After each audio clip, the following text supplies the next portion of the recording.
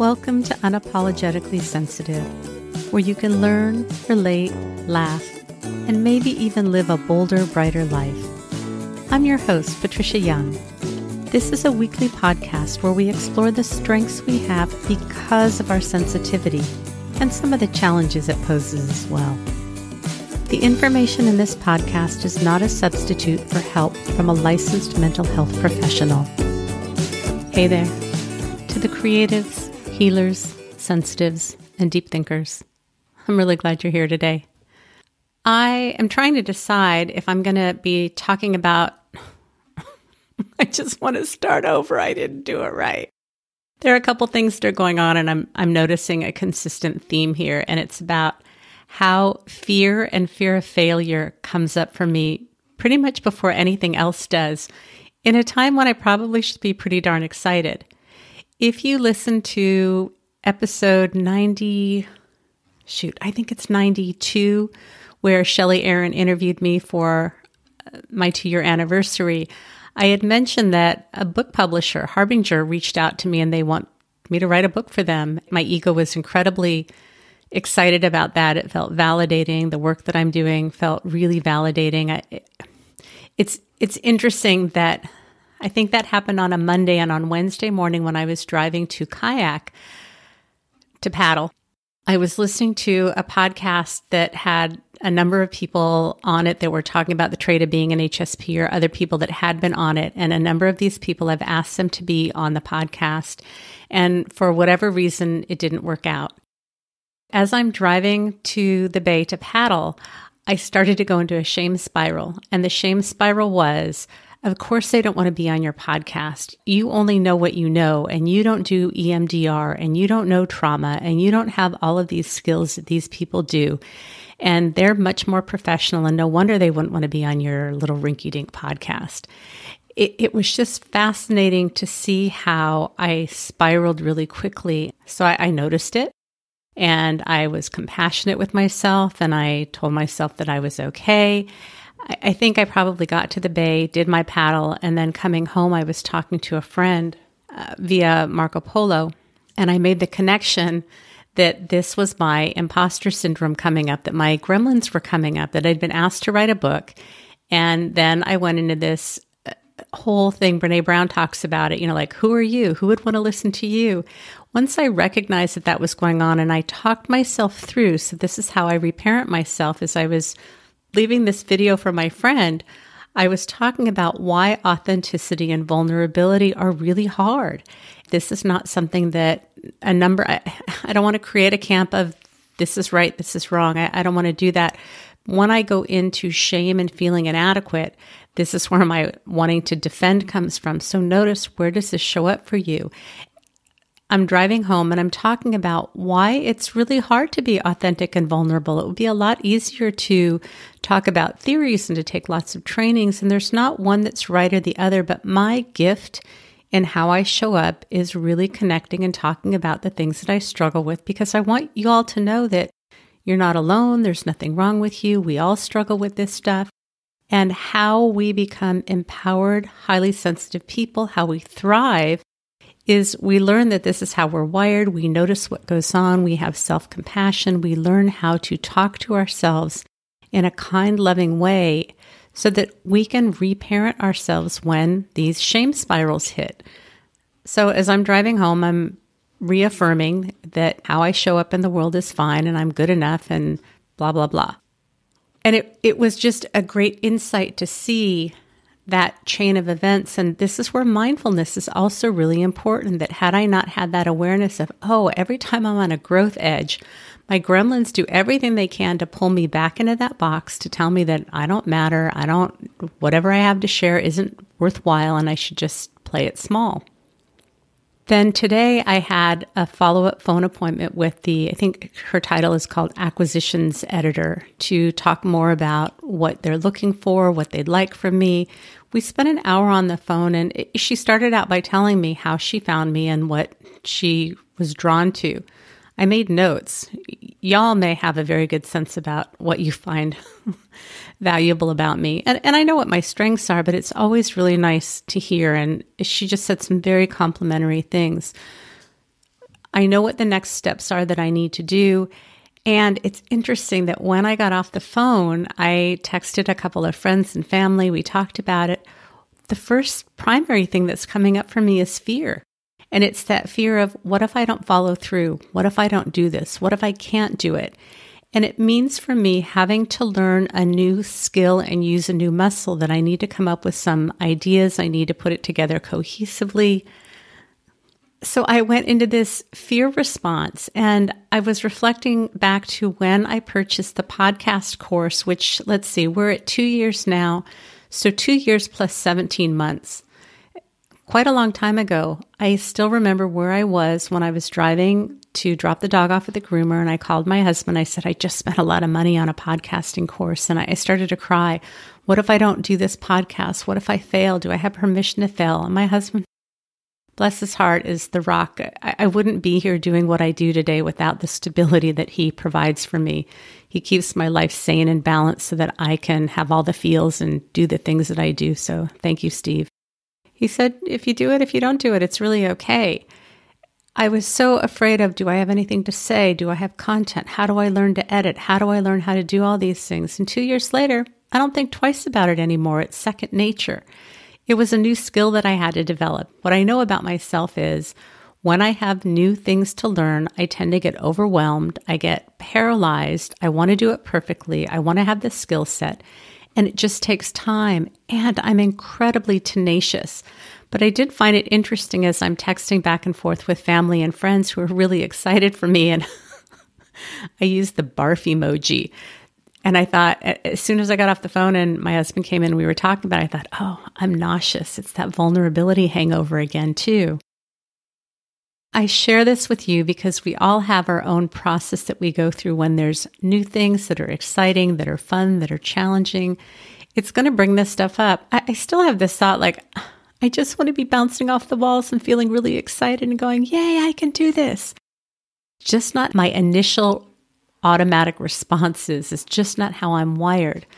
What I can do, though, is to verbalize, I know I can do it. I know I can do hard things. I just need to figure out what the skills are and apply them, and I can do it. And I still have this really deep fear of, what if I tell y'all that I'm going to write a book and I don't? And you know what? If I change my mind, I change my mind.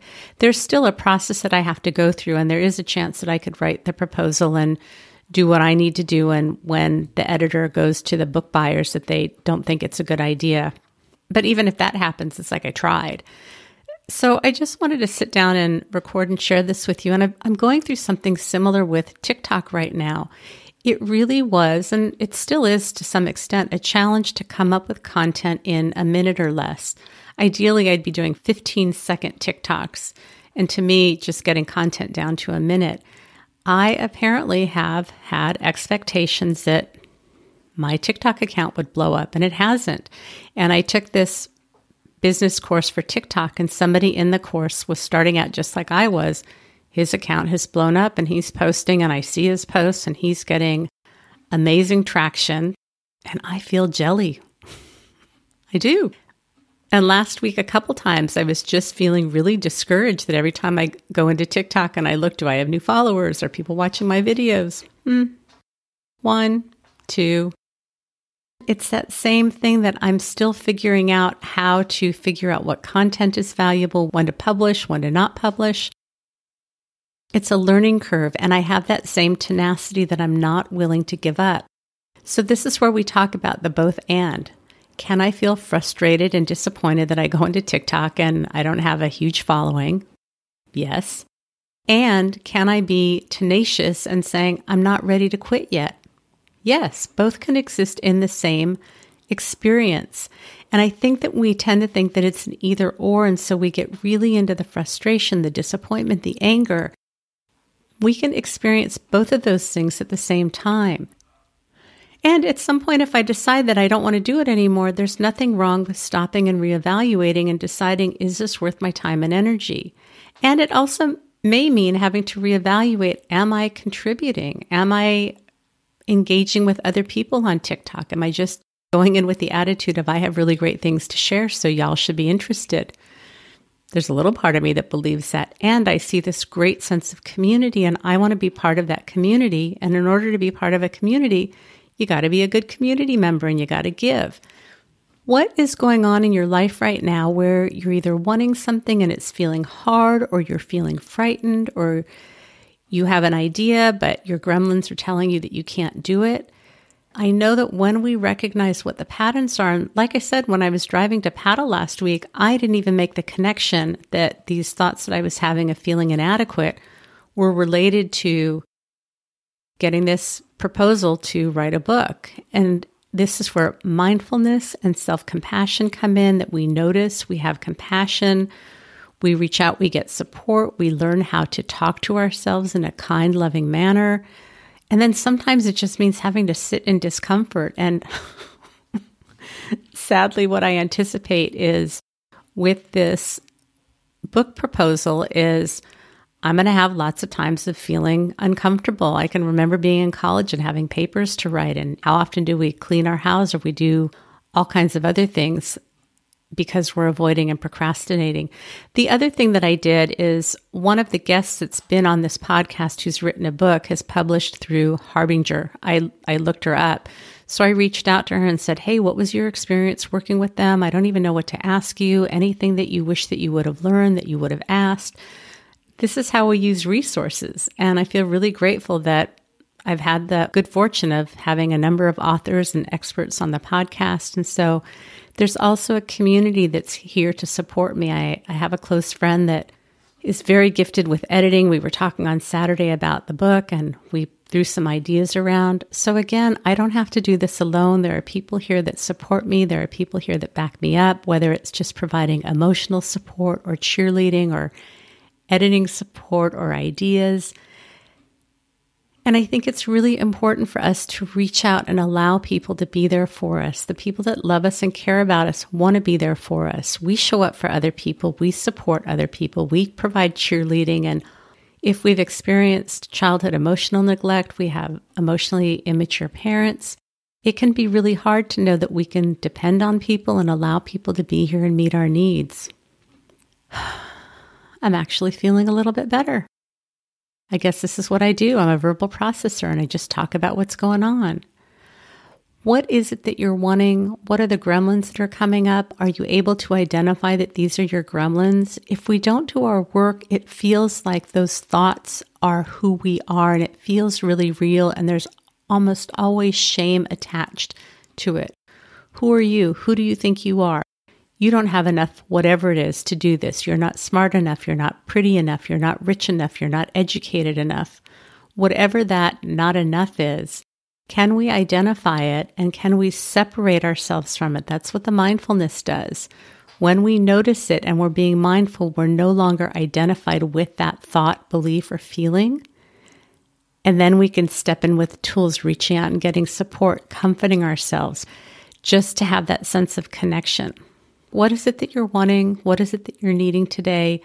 What I will most likely do, I'm not sure. This wasn't totally about the book. I was thinking about trying to just have segments where I talk about the book. So by the time the book is published, I have a whole episode on all of my struggles and then the victory at the end. But I don't know that I have the organizational skills to do that. I have some amazing strengths and I have a heck of a lot of deficits. And I'm really okay with that. I got to go with what I have. So just another layer of self-acceptance. If you're new to the podcast and you'd like to get the top most downloaded episodes, you can do that either in the show notes or at unapologeticallysensitive.com. There's a place on every banner where you can sign up for the most...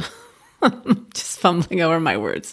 You can sign up for the top 10 most downloaded episodes and sign up for my newsletter.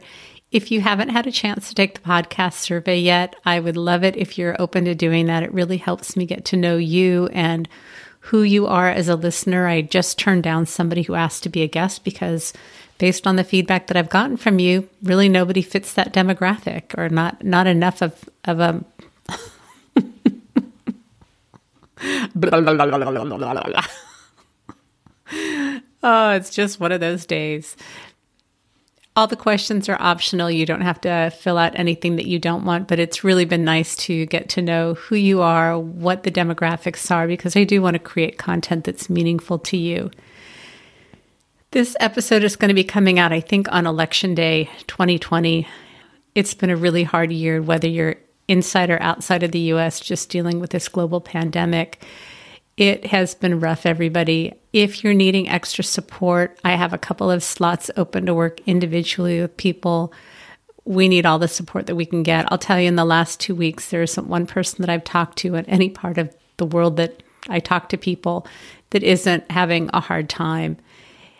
If you want some group support coming up in January, I'm going to be starting the online HSP course. It is a great way to hang out with other HSPs in a really safe, nurturing, small, intimate environment where you really get to learn more about all of the things that go on for us as HSPs. We talk about boundaries, perfectionism, expectations and disappointments, mindfulness, learning to lean into our emotions, how to create a lifestyle that honors the HSP. There's more than that, but these courses have been transformational. And after a year like we've had, I think the more support that we can get and the more we really learn about our trait and how to lean into it, I just think it makes things much easier. You can go to my website at unapologeticallysensitive.com. I know we often withhold from ourselves. We often have money as a reason why we don't do things. I get we have hardships this year. So if you are in a place where you're having hardships, I'm not speaking directly to you. But I have clients that come to work with me that were thinking about it for a year or 2 years because they just kind of couldn't pull the trigger, and we want to have all the information. We want to make sure we're doing the right thing. You deserve to be seen and heard, to be in a nurturing environment, to really learn about your trait, to learn how to thrive as an HSP if you're struggling. You are worthy of all of those things. So what are the things that keep you from really having what may make your life be better? All right. I hope that you are doing well. I hope you have a sense of, what do I hope? I hope today you're feeling a little bit of peace and comfort. And regardless of how you're feeling or what's going on in the world, these are very challenging times, very uncertain times. The last couple of weeks have been pretty challenging with the political unrest that's going on. So let's know that in this moment, we are okay. We have support. We will get through this. We've never experienced anything like this before, but we can do hard things.